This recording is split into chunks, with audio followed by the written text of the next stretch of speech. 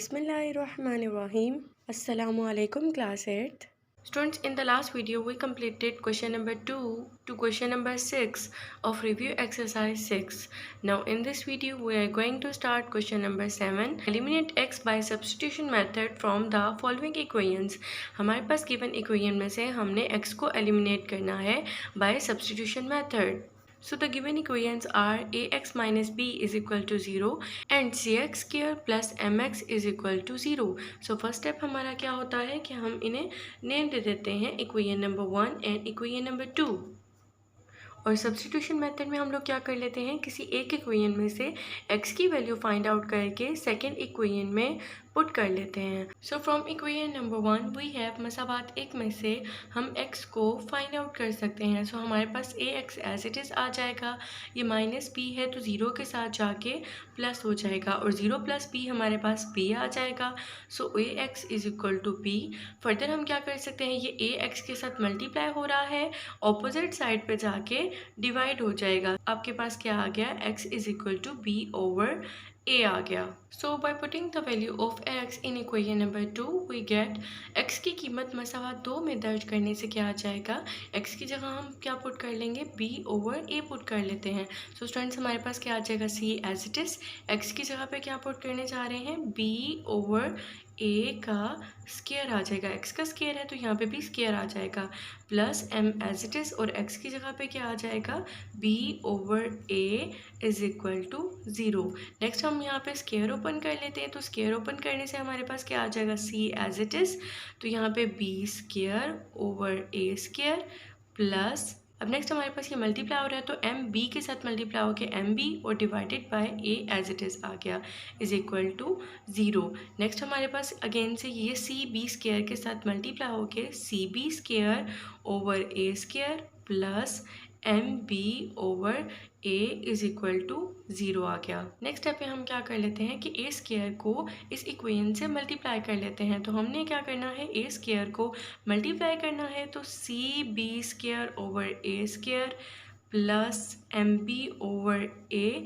इसी तरीके से बोथ साइड्स पे करना है तो यहाँ पे भी क्या आ जाएगा, ए स्केयर मल्टीप्लाई बाय 0 आ जाएगा. अब ए स्केयर हमारे पास फर्स्ट टर्म के साथ भी मल्टीप्लाई होगा और सेकेंड टर्म के साथ भी मल्टीप्लाई होगा. या अब ये ए स्केयर के साथ कैंसिल आउट हो जाएगा और ये ए स्केयर है तो ये एक ए के साथ कैंसिल आउट हो जाएगा. ए स्केयर का मतलब क्या होता है, ए मल्टीप्लाई बाय ए होता है.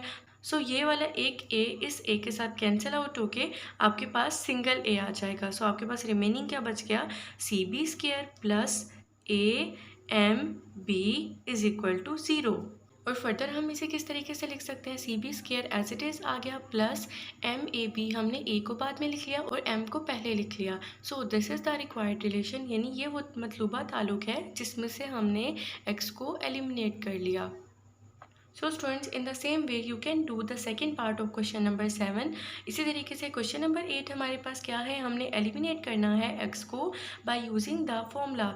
So with help of exercise 6.12 you can do the question number 8 and it's your homework. Now the question number 9 is if the numerator and denominator of a fraction are increased by 1. सबसे पहले हम लोग numerator और denominator की बात करते हैं. किसी भी फ्रैक्शन में हमारे पास न्यूमिनेटर और डिनोमिनेटर क्या होता है, the upper part of a fraction is called numerator and the bottom part of the fraction is called denominator. For example हमारे पास एक फ्रैक्शन है 2 ओवर 3, तो 2 हमारे पास क्या कहलाएगा, न्यूमिनेटर कहलाएगा और 3 हमारे पास क्या कहलाएगा, डिनोमिनेटर कहलाएगा. सो क्वेश्चन की स्टेटमेंट क्या है कि अगर आपके पास न्यूमिनेटर और डिनोमिनेटर को इंक्रीज किया जाए, यानी इंक्रीज का मतलब क्या होता है, इजाफा किया जाए बाय 1, द फ्रैक्शन बिकम्स 3/4. तो फ्रैक्शन क्या बन जाएगी, 3/4 बन जाएगी. And if the numerator and denominator of same fraction, अगर हम इसी डिनोमिनेटर और फ्रैक्शन को क्या कर लें, डिक्रीज कर लें यानी कम कर लें by 1, then it becomes 2 over 3. Find the fraction. हमने क्या मालूम करना है, फ्रैक्शन मालूम करनी है. इसी तरीके से उर्दू मीडियम में क्या होगा, अगर किसी कसर के शुमार कुंदा और नसब नुमा में 1 का इजाफा किया जाए तो आपके पास 3/4 कसर हासिल होती है. और अगर इसी कसर के नसब नुमा और शुमार कुंदा में से 1 कम किया जाए तो कसर 2/3 बन जाती है. तो कसर मालूम करें. So let start the solution. सबसे पहले हम लोग क्या कर लेते हैं, लेट कर लेते हैं न्यूमिनेटर को, और न्यूमिनेटर हम लोग लेट कर लेते हैं x, यानी शुमार कुंदा हमारे पास क्या आ जाएगा, x आ जाएगा। एंड द डिनोमिनेटर, और डिनोमिनेटर को हम लोग y लेट कर लेते हैं, क्योंकि न्यूमिनेटर और डिनोमिनेटर डिफरेंट होंगे, तो इस वजह से हमने एक को x लेट कर लिया और दूसरे को y लेट कर लिया। Now, according to the condition, if the numerator and denominator of fraction are increased by 1, then the fraction becomes 3/4. अगर हम इसके शुमार कुंदा और नज़ब नुमा में एक का इजाफा करें तो हमारे पास कसर क्या आ जाएगी, 3/4 आ जाएगी। सो इंक्रीज करने का मतलब क्या होता है कि हम इसमें ऐड करेंगे 1 का, तो न्यूमिनेटर में भी हम ऐड करेंगे और डिनोमिनेटर में भी ऐड करेंगे, तो हमारे पास फ्रैक्शन क्या बन जाएगी, 3/4। नेक्स्ट हम लोग क्या कर लेते हैं, क्रॉस मल्टीप्लीकेशन कर लेते हैं। सो 4 हमारे पास किसके साथ मल्टीप्लाई हो जाएगा, x+1 के साथ। इसी तरीके से ये हमारे पास y+1 किसके साथ मल्टीप्लाई हो जाएगा, 3 के साथ मल्टीप्लाई हो जाएगा। नेक्स्ट हम क्या कर लेते हैं, 4 को मल्टीप्लाई कर लेते हैं, तो 4x के साथ 4x प्लस 4 1 जार 4 is equal to 3y plus 3 आ जाएगा। और नेक्स्ट स्टेप में हम क्या कर लेते हैं, 4x plus 4 as it is आ जाएगा, ये प्लस 3y यहाँ पे आके क्या हो जाएगा, -3y, ये प्लस यहाँ पे आके -3, और यहाँ पे कुछ नहीं बचा तो क्या आ जाएगा, 0 आ जाएगा। नेक्स्ट आपके पास 4x -3y as it is आ जाएगा, ये +4 और -3 को हम बाद में लिख लेते हैं क्योंकि ये हमारे पास सॉल्व हो सकते हैं। So 4x -3y as it is आ जाएगा, और 4 में से 3 माइनस करें तो आपके पास क्या आ जाएगा, +1 is equal to 0, and we named it as equation number 3। अब नेक्स्ट हम लोग क्या कर लेते हैं, using the second condition. So according to the second condition, यानी दूसरी शर्त के मुताबिक हमारे पास क्या आ जाएगा, अगर हम न्यूमिनेटर और डिनोमिनेटर में से 1 डिक्रीज करते तो हमारे पास फ्रैक्शन क्या बन जाएगी, 2/3। नेक्स्ट हम क्या कर सकते हैं, क्रॉस मल्टीप्लीकेशन। तो क्रॉस मल्टीप्लीकेशन कैसे होगी, 3 मल्टीप्लाई होगा x-1 से, और नेक्स्ट 2 मल्टीप्लाई बाय y-1 आ जाएगा। और नेक्स्ट 3 को मल्टीप्लाई कर लेते हैं, इसी तरीके से 2 को मल्टीप्लाई कर लेते हैं। नेक्स्ट स्टेप में हम लोग क्या कर लेते हैं, 3x as it is -2y, ये +2y है तो यहाँ पे आके -2y -3, और ये -2 यहाँ पे आके +2 हो जाएगा, और रिमेनिंग क्या बच जाएगा, 0। सो 3x -2y। अब नेक्स्ट हमारे पास माइनस प्लस क्या हो जाता है, माइनस हो जाता है, और 3 में से अगर हम 2 माइनस करें तो क्या आ जाएगा, 1। अब साइन को देख लेते हैं, साइन हमारे पास बड़ी वैल्यू के साथ कौन सा है, माइनस का है, तो यहाँ पे क्या आ जाएगा, माइनस आ जाएगा, इज इक्वल टू 0। और ये इक्वेशन हमारे पास कौन सी आ गई, equation number 4। Next in equations को सॉल्व करने के हमारे पास 3 मेथड होते हैं, method of equating the coefficient, method of elimination by substitution, and the method of cross multiplication. So हम 6.9 की तरह किसी भी एक मेथड को यूज़ करते हुए x और y की वैल्यू को फाइंड आउट कर लेंगे, and this is your homework. Now let's start the question number 10. Eliminate t from the following equations. हमने इन इक्वेशन में से t को एलिमिनेट करना है।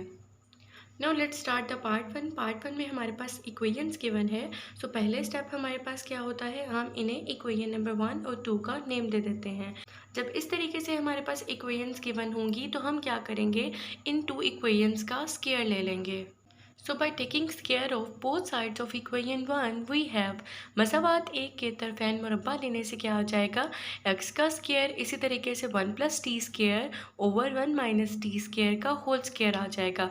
अब नेक्स्ट स्टेप में हम लोग क्या कर लेते हैं, हमारे पास x square as it is आ जाएगा, जैसे कि हमने 2 चैप्टर में डिस्कस किया था, a ओवर b के ऊपर अंडर रूट था, तो हम लोग क्या कर सकते थे, इनके अंडर रूट सेपरेट कर लेते थे। सो इसी तरीके से हमारे पास स्क्वायर है तो हम लोग न्यूमिनेटर पे स्क्वायर सेपरेट कर लेंगे और डिनोमिनेटर के ऊपर स्क्वायर सेपरेट कर लेंगे। सो 1 + t स्क्वायर के ऊपर भी स्क्वायर आ गया, और नीचे डिनोमिनेटर में भी 1 - t स्क्वायर के ऊपर t स्क्वायर आ गया। नेक्स्ट हम लोग क्या कर लेते हैं, फॉर्मूला यूज़ कर लेते हैं a + b होल स्क्वायर का, और नीचे डिनोमिनेटर में a - b होल स्क्वायर का फॉर्मूला यूज़ होगा। सो हम लोग फॉर्मूले की मदद से क्या लिख सकते हैं, 1 स्क्वायर प्लस का फॉर्मूला है तो +2, a की जगह 1, b की जगह t square plus t square का स्क्वायर आ जाएगा।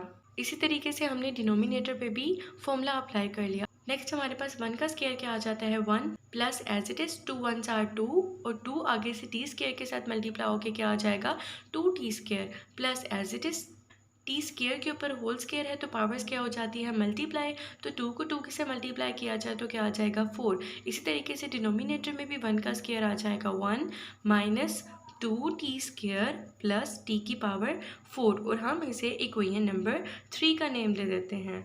नाउ फ्रॉम इक्वेशन 2 मसावात 2 में से y हमारे पास किसके इक्वल है, y is equal to 2at over 1 minus T square. सबसे पहले हम लोग क्या कर लेते हैं, यहाँ पे t वाली टर्म्स को रहने देते हैं। यहाँ पे a जो है ऑपोजिट साइड पर जाके डिवाइड हो जाएगा, यहाँ पे ये मल्टीप्लाई हो रहा है तो हम लोग a को यहाँ पे डिवाइड कर लेते हैं, और यहाँ पे क्या आ जाएगा, 2t over 1 minus T square. अब नेक्स्ट हम लोग क्या कर लेते हैं, taking square on both sides, तरफैन का मुरब्बा लेने से क्या आ जाएगा, y ओवर a का whole square is equal to 2t over 1 minus T square का होल स्केयर आ जाएगा। अब नेक्स्ट हम लोग क्या कर लेंगे, स्केयर सेपरेट कर लेंगे, y के ऊपर अलग से स्केयर आ जाएगा और a के ऊपर अलग से स्केयर आ जाएगा। इसी तरीके से 2t के ऊपर अलग से स्केयर आ जाएगा, 1 माइनस टी स्केयर के ऊपर अलग से स्केयर आ जाएगा।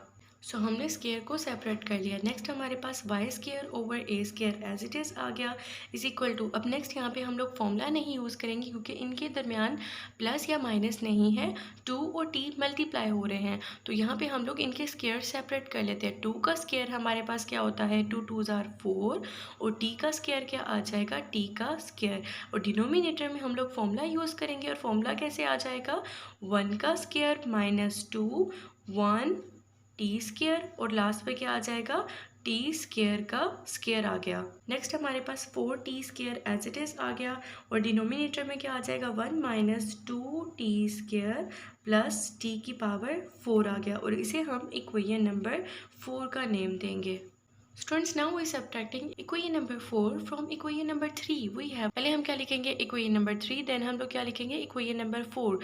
और सब्ट्रैक्ट कैसे करते हैं, लेफ्ट हैंड साइड के साथ माइनस हो जाती है, और राइट हैंड साइड के साथ माइनस हो जाती है। सो इक्वेशन नंबर 3 में हमारे पास एक्स स्क्वायर था, इक्वेशन नंबर 4 में हमारे पास क्या था, Y square over A square. इसी तरीके से इक्वेशन नंबर 3 की लेफ्ट हैंड साइड क्या थी, 1 plus 2t square plus t4 over 1 minus 2t square plus t4, और नेक्स्ट हमारे पास माइनस कर लेते हैं इक्वेशन नंबर 4 को, तो क्या आ जाएगा, 4t square divided by 1 minus 2t square plus t4। Further हम इसे क्या कर लेते हैं, सिंप्लीफाई कर लेते हैं। तो सिंप्लीफाई करने के लिए सबसे पहले हम लोग देख सकते हैं कि इनका डिनोमिनेटर सेम है। सो डिनोमिनेटर सेम है तो डिनोमिनेटर को हम एक ही दफ़ा लिख लेते हैं, 1 minus 2t square plus t की पावर 4।